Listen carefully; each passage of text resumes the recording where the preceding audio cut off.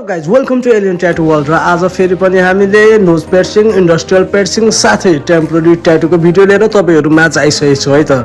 यदि तपाईँहरू पियर्सिङ गर्ने सोचमा हुनुहुन्छ भने गाइज प्लिज है हाइजेनिक प्लेस छान्नु होला। सेफ हुनु सबैभन्दा इम्पोर्टेन्ट हुन्छ है गाइज, त्यही भएर हाइजेनिक प्लेस छान्नु होला। इन्डस्ट्रियल पियर्सिङ अलिकति टाइम लाग्छ गाइज हिल हुनलाई, तर यो चाहिँ एकदमै स्टाइलिस हुन्छ है गाइज। त्यसै गरी नोज पियर्सिङ चाहिँ सिम्पल हुन्छ है, तर केयर गरेन भने ओभर इन्फेक्सन हुनसक्छ गाइज।